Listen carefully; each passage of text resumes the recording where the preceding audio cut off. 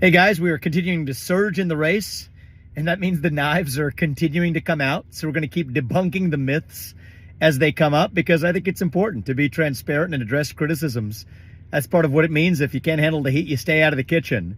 And I'm running for president of the United States, so we're going to address any of these criticisms as they come out.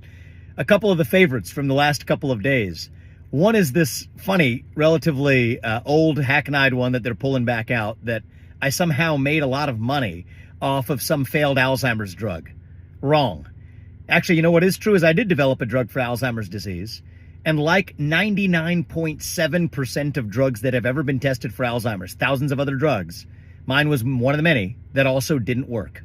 That's just a fact of life. If you're developing medicines, some of them aren't going to work. And in the area of Alzheimer's disease, almost none of them work. Now, the mythology is somehow that I made money off this failure. That's wrong. My company, Roivant, set up a subsidiary, Axovant, that Roivant could have sold shares in, that I could have sold shares in before that failure. We didn't. In fact, many people would call that honorable. That was extremely painful to me when that drug failed. So how did I make my money then? Well, it turns out that I worked on a number of other medicines, 5 of which are FDA approved today. One for prostate cancer, another for endometriosis and uterine fibroids, another for psoriasis, another for overactive bladder, another for a rare genetic condition in kids, where 20 kids a year are born with a genetic disease, where 100% of them die by the age of 3. And with treatment, a majority of those kids can live lives of a normal duration. I'm proud of those accomplishments. That was part of how I had success in the world of biotech. Yes, that is how you actually create value and make money without apologizing for it. And what I teach young people across this country is, you know what, you're going to go through hardship. Not everything you do is going to succeed. But hardship isn't the same thing as victimhood.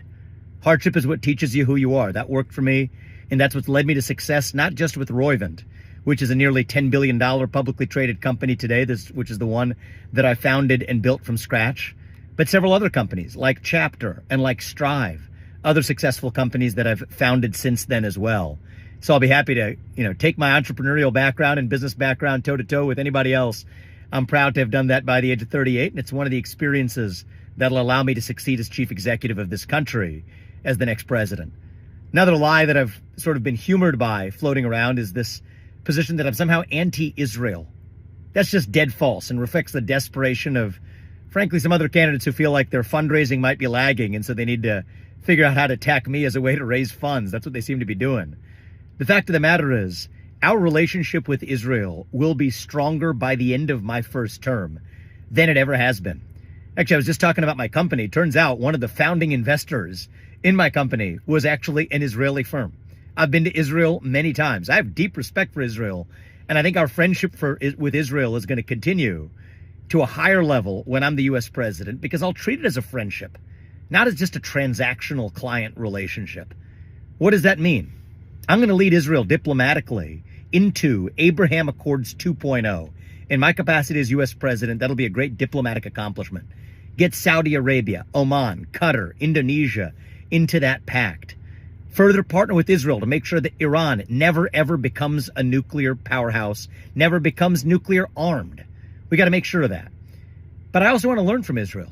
Israel has great border policies, tough on crime policies, a strong national identity, a missile defense system that I would love to have in this country.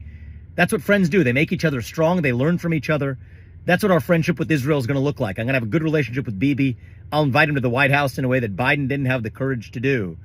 This is what it means to be a true friend. And no, I don't talk in the way that a standard establishment GOP politician does, reading from a super PAC provided binder.